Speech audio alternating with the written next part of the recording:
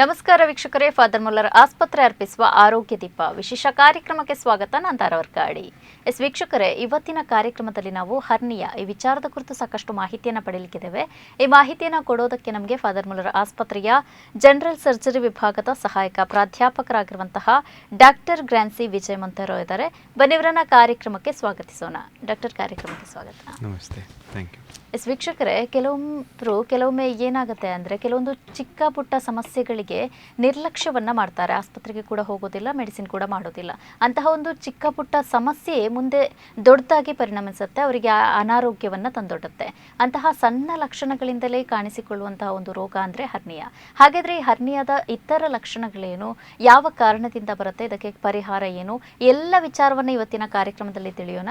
Doctor, ಮೊದಲಾಗಿ hernia ಅಂದರೆ ಏನು ಅಂತೇಳಿ. ಹರ್ನಿಯಾ ಎಂಬುದು ನಮ್ಮ ಬಾಡಿಯಲ್ಲಿ ಎಲ್ಲಿಯಾದರೂ ಕೂಡ ನಮ್ಮ ಬಾಡಿಯಲ್ಲಿ ಒಂದು ಆಗಿರೋ ಒಂದು ಡಿಫೆಕ್ಟ್, ಅಂದರೆ ತೂತು ಅಥವಾ ಕೊರತೆ ಅಂತ ಹೇಳ್ಬೋದು. ಸೊ ಆ ಹರ್ನಿಯಾದ್ದು ಹಲವಾರು ಲಕ್ಷಣಗಳಿವೆ, ಆದರೆ ಹಾಗೇನೆ ತುಂಬ ಕಾಸಸ್ ಅಂತ ಕಾರಣಗಳಿವೆ. ಸೊ ಹರ್ನಿಯಾ ಮೇನ್ಲಿ ನಾವು ಹರ್ನಿಯಾ ಬಗ್ಗೆ ಮಾತಾಡುವಾಗ ಒಂದು ಕೊರತೆ, ಬಾಡಿಯಲ್ಲಿ ಇರುವ ಒಂದು ವಾಲಿನ ಕೊರತೆ. ಹೇಗೆ ಒಂದು ಕಟ್ಟಡಕ್ಕೆ ಒಂದು ಸಿಮೆಂಟ್ ತೂತಾದರೆ ಅಲ್ಲಿಂದ ನೀರು ಬರುತ್ತೋ ಹಾಗೆ ನಿಮ್ಮ ಬಾಡಿಯಲ್ಲಿ ಇರುವ ವಾಲ್, ಅಂದರೆ ನಮ್ಮ ಹೊಟ್ಟೆ ಭಾಗ ಇರ್ಬೋದು ಅಥವಾ ಸ್ಕಿನ್ ಭಾಗ ಇರ್ಬೋದು, ಅಲ್ಲಿ ಆಗಿರುವ ಒಂದು ಕೊರತೆಯಿಂದ ಏನಾದರೂ ಹೊರಗಡೆ ಏನಾದರೂ ಬಂದರೆ, ಅದು ಫ್ಯಾಟ್ ಆಗಿರ್ಬೋದು, ಕರಳಾಗಿರ್ಬೋದು, ಏನಾದರೂ ಬಂದರೂ ಕೂಡ ಅದಕ್ಕೆ ಒಂದು ಹರ್ನಿಯಾ ಅಂತ ನಾವು ಹೆಸರು ಕೊಡೋದು. ಓಕೆ, ಹಾಗಾದರೆ ಇದು ದೇಹದಲ್ಲಿ ಉಂಟಾಗೋದು ಹೇಗೆ ಅಂತೇಳಿ? ಸಾಮಾನ್ಯ ಮಟ್ಟವಾಗಿ ಯೂಶ್ವಲಿ ಇದು ಏಜ್ ಗ್ರೂಪ್ ಅಂತ ಇಲ್ಲ, ಎಲ್ಲ ಏಜ್ ಗ್ರೂಪ್ಸಲ್ಲಿ, ಫ್ರಾಮ್ ಪೀಡಿಯಾಟ್ರಿಕ್ಸ್ ಅಂದರೆ ಮಕ್ಕಳ ಏಜ್ ಗ್ರೂಪಿಂದ ಒಂದು ಅಡಲ್ಟ್ ಏಜ್ ಗ್ರೂಪ್ ಅಂದರೆ ದೊಡ್ಡವರಿಗೆ ಕೂಡ ಆಗಲಿಕ್ಕೆ ಒಂದು ಸಾಧ್ಯತೆ ಇರುವ ಒಂದು ಕಾಯಿಲೆ. ಅದು ಇನಿಷಿಯಲಿ ಕಾಯಿಲೆ ಅಂತ ಇರುವುದಿಲ್ಲ, ಇನಿಷಿಯಲಿ ಒಂದು ಸಿಂಪ್ಟಮ್ ಆಗಿ ಬರುತ್ತೆ. ಅಂದರೆ ಬಾಡಿಯಲ್ಲಿ ಎಲ್ಲೋ ಒಂದು ಡಿಫೆಕ್ಟ್ ಇರುವಾಗ ಏನಾದರೂ ಹೊರಗಡೆ ಬಂದರೆ ಅದಕ್ಕೆ ನಾನು ಹೇಳಿದ್ದಾಗೆ ಹರ್ನಿಯಾ ಅಂತ ಕರಿತೀವಿ. ಇವಾಗ ಹರ್ನಿಯಾ ಆಗೋದಕ್ಕೆ ತುಂಬ ಕಾರಣಗಳಿವೆ. ಕೆಲವರಲ್ಲಿ ವೇಟ್ ಜಾಸ್ತಿ ಆಗಿದ್ದರಿಂದ ಆಗಿರ್ಬೋದು, ಕೆಲವರಿಗೆ ಇವಾಗ ಮೋಷನ್ ಹೋಗದೆ ಹೊಟ್ಟೆಯಲ್ಲಿರುವ ಪ್ರೆಷರ್ ಜಾಸ್ತಿ ಆಗಿ ಮತ್ತೆ ಅದರಿಂದ ಹರ್ನಿಯಾ ಆಗಬಹುದು. ಕೆಲವರಿಗೆ ಮೂತ್ರ ಹೋಗುವಾಗ ಸ್ವಲ್ಪ ಸಮಯ ತಗೊಂಡು ಅವರು ತುಂಬ ಸ್ಟ್ರೇನ್ ಮಾಡುವಾಗ ಆವಾಗ ಹೊಟ್ಟೆ, ಬೇಸಿಕ್ ಐಡಿಯಾಸ್ ಪ್ರೆಷರ್, ಒಂದು ಬಟ್ಟಲಲ್ಲಿ ಇವಾಗ ನಾವು ಒಂದು ಪ್ಲಾಸ್ಟಿಕ್ಕಲ್ಲಿ ನಾವು ನೀರು ಇನ್ಫಿನಿಟ್ಲಿ ಹಾಕುವುದಿಲ್ಲ, ಹಾಗೆಯೇ ಒಂದು ಜಾಗದ ಪ್ರೆಷರ್ ಜಾಸ್ತಿ ಆಗುವಾಗ ಅದು ಹೊರಗೆ ತಳ್ಳಿ ಬರುವಾಗ ಅದರಿಂದ ಹರ್ನಿಯಾ ಆಗ್ಬೋದು. ಸೊ ಹೊಟ್ಟೆಯ ಪ್ರೆಷರ್, ಅಂದರೆ ನಾನು ಹೊಟ್ಟೆ ಭಾಗದಲ್ಲಿ ಮಾತಾಡುವಾಗ ಹೊಟ್ಟೆಯ ಪ್ರೆಷರ್ ಜಾಸ್ತಿ ಆದಾಗ ಇಂಥ ಒಂದು ಹರ್ನಿಯಾ ಆಗುವ ಒಂದು ಸಮಸ್ಯೆ ಆಗುತ್ತೆ. ಅಂದರೆ ಪ್ರಮುಖವಾಗಿ ಇದು ಹೊಟ್ಟೆಯಲ್ಲೇ ಕಾಣಿಸಿಕೊಳ್ಳುತ್ತಾ ಹೇಗೆ ಅಂತ? ಹೊಟ್ಟೆ ಭಾಗದಲ್ಲಿ ಸಾಧಾರಣವಾಗಿ ಜಾಸ್ತಿ ಕಾಣಿಸುತ್ತೆ. ಅಂದರೆ ನಮ್ಮ ಒಕ್ಕಳಂತ ಏನು ಹೇಳ್ತೀವೋ, ಅಂಬಲಿಕಸ್ ಅಂತ ಏನು ಹೇಳ್ತೀವೋ, ಅಲ್ಲಿ ಆ ಭಾಗದಲ್ಲಿ ಆಗುವ ಹರ್ನಿಯಕ್ಕೆ ನಾವು ಅಂಬಲಿಕಲ್ ಹರ್ನಿಯಾ ಅಂತ ಹೇಳ್ತೀವಿ, ಒಕ್ಕಳಿನ ಹರ್ನಿಯಾ ಅಂತ ಹೇಳ್ತೀವಿ. ಸ್ವಲ್ಪ ಕೆಳಭಾಗಲಿ ಅದು ಒಂದು ಲೇಡೀಸಲ್ಲಿ ಜಾಸ್ತಿ ಆಗುವ ಒಂದು ಹರ್ನಿಯಾ ಅಂದರೆ ಅಂಬಲಿಕಲ್ ಹರ್ನಿಯಾ. ಮೇಲ್ಸ್ ಅಂದರೆ ಜೆಂಟ್ಸ್ ಅಲ್ಲಿ ಜಾಸ್ತಿ ಆಗೋದು ಇಂಗ್ವೈನಲ್ ರೀಜನ್, ಅಂದರೆ ಕೆಳಭಾಗದಲ್ಲಿ ಇಂಗ್ವೈನಲ್, ನಮ್ಮ ಗ್ರಾಯಿನ್ ರೀಜನ್ ಅಂತ ಹೇಳ್ತೀವಿ, ನಮ್ಮ ಹೊಟ್ಟೆದು ಕೆಳಭಾಗ. ಆ ಒಂದು ರೀಜನಲ್ಲಿ ನಮ್ಮ ಗಂಡಸರಿಗೆ ಸಾಧಾರಣವಾಗಿ ಒಂದು ಡಿಫೆಕ್ಟ್ ಇದ್ದೇ ಇರುತ್ತೆ. ಏಜ್ ಆದಾಗ ಆ ಮಸಲ್ ವೀಕ್ ಆಗಿ ಇನ್ನೂ ಆ ಡಿಫೆಕ್ಟ್ ದೊಡ್ಡದಾಗ್ಬೋದು, ಅಲ್ಲಿಂದ ಇಂಗ್ವೈನಲ್ ಹರ್ನಿಯಾ ಅಂತ ಆಗೋದು. ಸಾಮಾನ್ಯವಾಗಿ ಒಂದು 80% ಈ ಎರಡೇ ಹರ್ನಿಯಾ ಆಗೋದು. ಮತ್ತು ಇವಾಗ ನಿಮಗೆ ಆಪ್ರೇಷನ್, ಯಾವುದೋ ಒಂದು ಕಾರಣಕ್ಕೆ ಹೊಟ್ಟೆ ಓಪನ್ ಮಾಡಬೇಕಾಗುತ್ತೆ ನಾವು, ಆಯ್ತಾ. ಸೊ ಆ ಓಪನ್ ಮಾಡಿರುವ ಒಂದು ಜಾಗಕ್ಕೆ ನಾವು ಇನ್ಸಿಷನಲ್ ಹರ್ನಿಯಾ, ಆ ಜಾಗದಲ್ಲಿ ಇವಾಗ ಸಿಸೇರಿಯನ್ ಆಗ್ಬೋದು, ಅಥವಾ ಹೊಟ್ಟೆ ಓಪನ್ ಮಾಡುವಾಗ ಲ್ಯಾಪ್ರಾಟಮಿ ಅಂತ ನಾವು ಏನು ಹೇಳ್ತೀವೋ ಅಲ್ಲಿಂದ ಆಗ್ಬೋದು, ಆಯಿತಾ. ಸೊ ಆ ಜಾಗದಲ್ಲಿ ಆದರೆ ಇನ್ಸಿಷನಲ್, ಅಂದರೆ ಆಪ್ರೇಷನ್ ಮಾಡಿ ಡಿಫೆಕ್ಟ್ ನಾವು ಮಾಡಿದ್ದೀವಿ, ನಾವು ಆಪ್ರೇಷನ್ ಮಾಡುವಾಗ ಮಾಡಿದ್ದೀವಿ. ಕೆಲವರಿಗೆ ಅದು ಮುಂದೆ ಹೋಗ್ಬಿಟ್ಟು ಹಲವಾರು ವರ್ಷ ಆದ ನಂತರ ಅದು ಹರ್ನಿಯಾ ಆಗಿ ಕಾಣಿಸ್ಬೋದು. ಕೆಲವು ಸತಿ ನಾವು ಡ್ರೇನ್ ಹಾಕ್ತೀವಿ, ಇವಾಗ ಆಪ್ರೇಷನ್ ಮಾಡಿ ಒಳಗಡೆ ಏನಾದರೂ ದ್ರಾವ ಇದ್ದರೆ, ಪಸ್ ಅಂದರೆ ಕೀವು ಇದ್ದರೆ ಅದು ಹೊರಗೆ ಬರೋಕ್ಕೆ ನಾವು ಒಂದು ಡ್ರೇನ್ ಅಂತ, ಬ್ಲಡ್ ಇದ್ದರೆ ಡ್ರೇನ್ ಅಂತ ಇಡ್ತೀವಿ. ಆ ಜಾಗ ಕೂಡ ಒಂದು ಡಿಫೆಕ್ಟ್ ಮಾಡಿಬಿಡುತ್ತೆ, ಅದರಿಂದ ಹಾಕ್ಬೋದು, ಆಯಿತಾ. ಕೆಲವು ಸತಿ ಆಪ್ರೇಷನ್ ಆದಂಥ ಇವಾಗ ಲ್ಯಾಪ್ರೋಸ್ಕೋಪಿಕ್ ಸರ್ಜರಿ ಮಾಡ್ತೀವಿ ನಾವು, ಒಕ್ಕಳ ಹತ್ರ ಬಾಕಿ ಜಾಗದಲ್ಲಿ ಟ್ಯೂಬ್ ಹಾಕ್ತೀವಿ, ಟ್ಯೂಬ್ ಹಾಕಿ ನಾವು ಆಪ್ರೇಷನ್ ಮಾಡೋದು, ಆ ಜಾಗ ಕೂಡ ನಮಗೆ ಹರ್ನಿಯಾ ಆಗಿ. ಬೇಸಿಕಲಿ ಐಡಿಯಾ ಇಸ್ ಕರಳಿನ ಅಥವಾ ಹೊಟ್ಟೆ ಭಾಗದ ಮಸಲಲ್ಲಿ ಎಲ್ಲಿ ಡಿಫೆಕ್ಟ್ ಇದ್ರೂ ಕೂಡ ಇದು ಹರ್ನಿಯಾ ಆಗಿ ಬರಬಹುದು. ಓಕೆ, ಈಗ ಬೇರೆ ಬೇರೆ ಭಾಗದಲ್ಲಿ ಹರ್ನಿಯಾ ಕಾಣಿಸಿಕೊಳ್ಳುತ್ತೆ ಅಂತ ಹೇಳಿದ್ರಿ. ಹಾಗಿದ್ರೆ ಇದರಲ್ಲಿ ಪ್ರಕಾರಗಳು ಏನಾದರೂ ಇದೆಯಾ, ಹೇಗೆ? ಅದೇ ನಾನು ಹೇಳಿದ ಪ್ರಕಾರ ನಿಮ್ಮ ಅಂಬಲಿಕಲ್ ರೀಜನಲ್ಲಿ ನಿಮಗೆ ಒಂದು ಡಿಫೆಕ್ಟ್ ಇದ್ದರೆ ಅದು ಬೈ ಬರ್ತ್ ಆಗಿರಬಹುದು ಅಥವಾ ಆಪ್ರೇಷನ್ ಆಗಿರಬಹುದು. ಅಲ್ಲಿಂದ ಆದರೆ ಒಂದು ಅಂಬಲಿಕಲ್ ಹರ್ನಿ ಅಂತ ಹೇಳ್ತೀವಿ. ಜೆಂಟ್ಸಲ್ಲಿ ನಾನು ಹೇಳಿದ ಪ್ರಕಾರ ಇಂಗ್ವೈನಲ್ ರೀಜನ್, ಆ ಜಾಗದಲ್ಲಿ ಜಾಸ್ತಿ ಹರ್ನಿ ಆಗಬಹುದು. ಮಕ್ಕಳಲ್ಲಿ ಕೂಡ ಇಂಥ ಒಂದು ಇಂಗ್ವೈನಲ್ ರೀಜನ್ ಮತ್ತು ಅಂಬಲಿಕಲ್ ರೀಜನಲ್ಲಿ ಡಿಫೆಕ್ಟ್ ಇದ್ದರೆ ಅಲ್ಲಿಂದನೂ ಹರ್ನಿಯಾ ಆಗ್ಬೋದು. ಹಾಗಿದ್ರೆ ಇದು ಮಕ್ಕಳಲ್ಲಿ ಕೂಡ ಕಾಣಿಸಿಕೊಳ್ಳುತ್ತೆ? ಹೌದು. ಮಕ್ಕಳಲ್ಲಿ ಸಾಧಾರಣವಾಗಿ ಅದು ಬೈ ಬರ್ತಿರುತ್ತೆ, ಒಂದು ಡಿಫೆಕ್ಟ್ ಇರುತ್ತೆ. ಸಾಧಾರಣ ಮಟ್ಟಿಗೆ ನಾವು ಅಲ್ಲಿ ಹೋಗಿ ಮೆಶ್ ಹಾಕುವುದಿಲ್ಲ, ಜಸ್ಟ್ ಒಂದು ಅನಾಟಮಿಕಲ್ ರಿಪೇರ್. ಅಂದರೆ ಆ ಮಗುವಿಗೆ ಇನ್ನೂ ಗ್ರೋ ಆಗಲಿಕ್ಕೆ ಚಾನ್ಸ್ ಇದೆ, ಸೊ ನಾವು ಮೆಶ್ ಹಾಕಿದರೆ ಅದು ಅಲ್ಲೇ ಉಳಿದುಕೊಳ್ಳಲ್ಲ, ಅದು ಸ್ಪ್ರೆಡ್ ಆಗುತ್ತೆ. ಸೊ ಅಲ್ಲಿ ಮೆಶ್ ಹಾಕೋದ್ರಲ್ಲಿ ಅರ್ಥ ಇಲ್ಲ. ಸೊ ಯೂಶ್ವಲಿ ಅಲ್ಲೇ ನಾವು ಫಿಕ್ಸ್ ಮಾಡಲಿಕ್ಕೆ ನೋಡ್ತೀವಿ. ಹಾಗಿದ್ರೆ ಈ ಹರ್ನಿಯಾ ಬರಲಿಕ್ಕೆ ಏನೆಲ್ಲ ಕಾರಣಗಳಿವೆ ಅಂತ? ಒಂದು ಮೇನ್ ಅಂತ ನಾನು ಆಲ್ರೆಡಿ ತಿಳಿಸಿದಾಗೆ, ಒಂದು ಹೊಟ್ಟೆಯ ಪ್ರೆಷರ್ ಜಾಸ್ತಿ ಆಗುವಾಗ,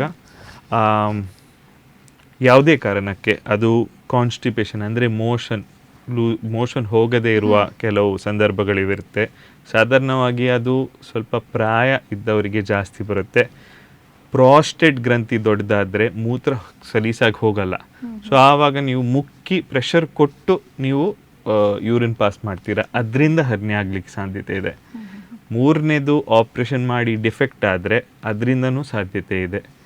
ನಾಲ್ಕನೇದು ಸ್ವಲ್ಪ ರೇರ್ ಕೇಸಸ್ ಅಂದರೆ ಇವಾಗ ದಪ್ಪ ತುಂಬ ವೇಟ್ ಜಾಸ್ತಿ ಇರೋವರಿಗೆ ನಮ್ಮ ರೆಕ್ಟಸ್ ಮಸಲ್ ಅಂತ ಇರುತ್ತೆ, ಆ್ಯಬ್ಸ್ ಅಂತ ನಾವು ಏನು ಹೇಳ್ತೀವಿ, ಅದು ಮೂವೀಸೆಲ್ಲ ನೋಡ್ತೀವಿ, ನಾವು ಫೋಟೋಸಲ್ಲೆಲ್ಲ ನೋಡ್ತೀವಿ ಆ್ಯಬ್ಸ್ ಅಂತ. ಆ ಭಾಗ ಯೂಶ್ವಲಿ ಸ್ಟ್ರೇಟ್ ಅದೇ ಮಧ್ಯದಲ್ಲಿ ಇದ್ದರೆ ಪರವಾಗಿಲ್ಲ. ಸ್ವಲ್ಪ ಈಚೆ ಆಚೆ ಹೋದರೆ, ಅದು ವೇಟಿಂದ ಸ್ವಲ್ಪ ಆಚೆ ಈಚೆ ಹೋದರೆ ಆ ಮಧ್ಯ ಭಾಗ ಸ್ವಲ್ಪ ವೀಕ್ ಆಗುತ್ತೆ, ಅಲ್ಲಿಂದ ಹರ್ನಿಯಾ ಆಗ್ಬೋದು. ಓಕೆ, ಹಾಗಿದ್ರೆ ಇದರ ಲಕ್ಷಣಗಳು ಯಾವ ರೀತಿಯಾಗಿರುತ್ತೆ ಅಂತ? ಮೋಸ್ಟ್ ಕಾಮನ್ಲಿ ಇವಾಗ ನೀವು ಲಕ್ಷಣ ಕೇಳಿದರೆ ಅವರು ಏನು ಒಂದು ಪರ್ಟಿಕ್ಯುಲರ್ ಸಿಂಪ್ಟಮ್ ಹೇಳಿಬಿಟ್ಟು ಬರಲ್ಲ. ಅವರು ಸರ್ ನನಗೆ ಇಲ್ಲಿ ಒಂದು ಜಾಗದಲ್ಲಿ ಒಂದು ದಪ್ಪ ಆಗಿಬಿಟ್ಟಿದೆ, ಅಥವಾ ಏನೋ ಕೆಮ್ಮುವಾಗ ಹೊರಗೆ ತಳ್ಳಿ ಬರುತ್ತೆ, ಅಥವಾ ನಾನು ಮೋಷನ್ ಹೋಗುವಾಗ ಸ್ವಲ್ಪ ಮುಕ್ಕುವಾಗ ಸ್ವಲ್ಪ ಹೊಟ್ಟೆಗೆ ಪ್ರೆಷರ್ ಕೊಡುವಾಗ ಏನಾದರೂ ಹೊರಗೆ ತಳ್ಳಿ ಬರುತ್ತೆ, ಒಂದು ಸ್ವೆಲ್ಲಿಂಗ್ ಅಂತ ಹೇಳ್ತಾರೆ, ಒಂದು ದಪ್ಪ ಆಗಿಬಿಟ್ಟಿದೆ, ಏನೋ ಒಂದು ಹೊರಗೆ ಬಂದು ಒಂದು ಸ್ವೆಲ್ಲಿಂಗ್ ಥರ ಬರುತ್ತೆ ಅಂತ ಹೇಳ್ತಾರೆ. ಅದು ಮೋಸ್ಟ್ ಕಾಮನ್ ಸಿಂಪ್ಟಮ್.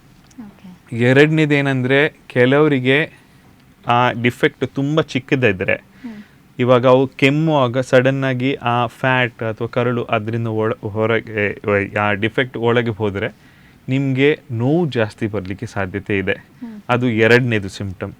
ಮೂರನೇದು ಬಟ್ ಸ್ವಲ್ಪ ಅನ್ಕಾಮನ್ ಅಂದರೆ ಆ ಹರ್ನಿಯಾ ಒಳಗಡೆ ಏನಿರುವ ಕಂಟೆಂಟ್ ಅಂತ ಏನು ಹೇಳ್ತೀವೋ ಅದು ಫ್ಯಾಟ್ ಇರ್ಬೋದು, ಕರಳಿರ್ಬೋದು. ಸೊ ಆ ಕಂಟೆಂಟ್ ಎಲ್ಲಿಯಾದರೂ ತಿರ್ಗಾ ಹಿಂದೆ ಹೋಗದೆ ಅಲ್ಲೇ ಜಾಮ್ ಆಗಿಬಿಟ್ರೆ ಅಲ್ಲಿ ನಾವು ಆ ಹರ್ನಿ ಇನ್ಫೆಕ್ಟ್ ಆಗೋ ಒಂದು ಸಾಧ್ಯತೆ ಇದೆ. ಸೊ ಅದು ಎಲ್ಲ ಕೆಂಪಾಗುವ ಚಾನ್ಸಸ್ ಇದೆ, ಇನ್ಫೆಕ್ಷನ್ ಆಗಿ ನೋವು ಜ್ವರ ಬರುವ ಸಾಧ್ಯತೆ ಇದೆ. ಸೊ ಸಾಧಾರಣ ಮಟ್ಟಿಗೆ ಈ 3 ಸಿಂಪ್ಟಮ್ಸ್ ಜೊತೆ ಬರ್ತಾರೆ. ಕೆಲವ್ರಿಗೆ ಏನೂ ಸಿಂಪ್ಟಮ್ಸ್ ಇಲ್ಲದೆ ನಾವು ಎಕ್ಸಾಮಿನೇಷನ್ ಮಾಡುವಾಗ ಕೆಲವು ಕಂಡು ಬರುತ್ತೆ, ಆಯಿತಾ. ಆದರೆ ಮೋಸ್ಟ್ ಕಾಮನ್ ಸಿಂಪ್ಟಮ್ ಲೆಸ್ ಒಂದು ಸ್ವೆಲ್ಲಿಂಗ್ ಅಂತ ಬರುತ್ತಾರೆ, ಆಯಿತಾ. ಒಂದು ಜಾಗದಲ್ಲಿ ಏನೋ ಒಂದು ದೊಡ್ಡದಾಗಿದೆ ಸರ್, ಏನು ಮಾಡೋದು ಇದಕ್ಕೆ ಅಂತ ಬರ್ತಾರೆ. ಸೊ ಇವಾಗ ಲಕ್ಷಣದ ಬಗ್ಗೆ ಹೇಳಿದ್ರೆ, ಇನ್ನು ಮಕ್ಕಳಿಗೆ ಕೂಡ ಬರುತ್ತೆ ಅಂತ ಹೇಳಿದ್ರೆ, ಹಾಗಿದ್ರೆ ಮಕ್ಕಳಿಗೆ ಬರುವಂತಹ ಹರ್ನಿಯಾ ಹಾಗೇನೆ ವಯಸ್ಕರಲ್ಲಿ ಕಂಡು ಬರುವ ಹರ್ನಿಯಾ, ಇದಕ್ಕೆ ಏನಾದರೂ ವ್ಯತ್ಯಾಸ ಇದೆಯಾ, ಹೇಗೆ? ವ್ಯತ್ಯಾಸ ಅಂತ ಮೇನ್ಲಿ ವ್ಯತ್ಯಾಸ ಅಂದರೆ ಸಿಂಪ್ಟಮ್ಸ್ ಇರ್ಬೋದು. ಮಕ್ಕಳಲ್ಲಿ ಇವಾಗ ನಾವು ಸೂಕ್ಷ್ಮತೆ ಜಾಸ್ತಿ ತೋರಿಸ್ತೀವಿ, ಬೇಗ ಏನಾದರೂ ಸಿಂಪ್ಟಮ್ಸ್ ಗೊತ್ತಾದರೆ ಮಕ್ಕಳಿಗೆ ನಾವು ನೋಡ್ಕೋತೀವಿ, ಪೇರೆಂಟ್ಸ್ ನೋಡ್ತೀವಿ. ಪೇರೆಂಟ್ಸ್ ನೋಡಿದ ತಕ್ಷಣ ಏನೋ ಒಂದು ಜಾಗದಲ್ಲಿ ಒಂದು ದಪ್ಪ ಆಗಿಬಿಟ್ಟಿದೆ ಅಂದರೆ ಇಮ್ಮಿಡಿಯೇಟ್ ನಾವು ಡಾಕ್ಟರ್ ಹತ್ರ ಹೋಗ್ತೀವಿ. ಅಡಲ್ಟ್ಸ್ ಅಂದರೆ ದೊಡ್ಡವರು ಸ್ವಲ್ಪ ಸಮಯ ತಗೋತಾರೆ, ಪರವಾಗಿಲ್ಲ ವೇಟ್ ಮಾಡುವಂತ ಇರ್ತಾರೆ. ಅದು ಮೇನ್ ಸಿಂಪ್ಟಮ್ಸ್. ಪ್ರೆಸೆಂಟೇಷನಲ್ಲಿ ನಮಗೆ ಅದು ಮೇನ್ ಸಿಂಪ್ಟಮ್ಸ್, ಒಂದು ಸ್ವೆಲ್ಲಿಂಗ್ ಅಂತ ಬರೋದೇ ಇಲ್ಲ ಆಸ್ಪತ್ರೆಗೆ. ಸೊ ಮಕ್ಕಳಲ್ಲಿ ಸ್ವಲ್ಪ ಬೇಗ ಪ್ರೆಸೆಂಟೇಷನ್ ಆಗುತ್ತೆ, ಪ್ರಾಬ್ಲಮ್ ಆಗುವ ಮುಂಚೆನೇ ನಮಗೆ ಅದು ಡೀಲ್ ಮಾಡಲಿಕ್ಕೆ ಸ್ವಲ್ಪ ಈಸಿ ಆಗುತ್ತೆ.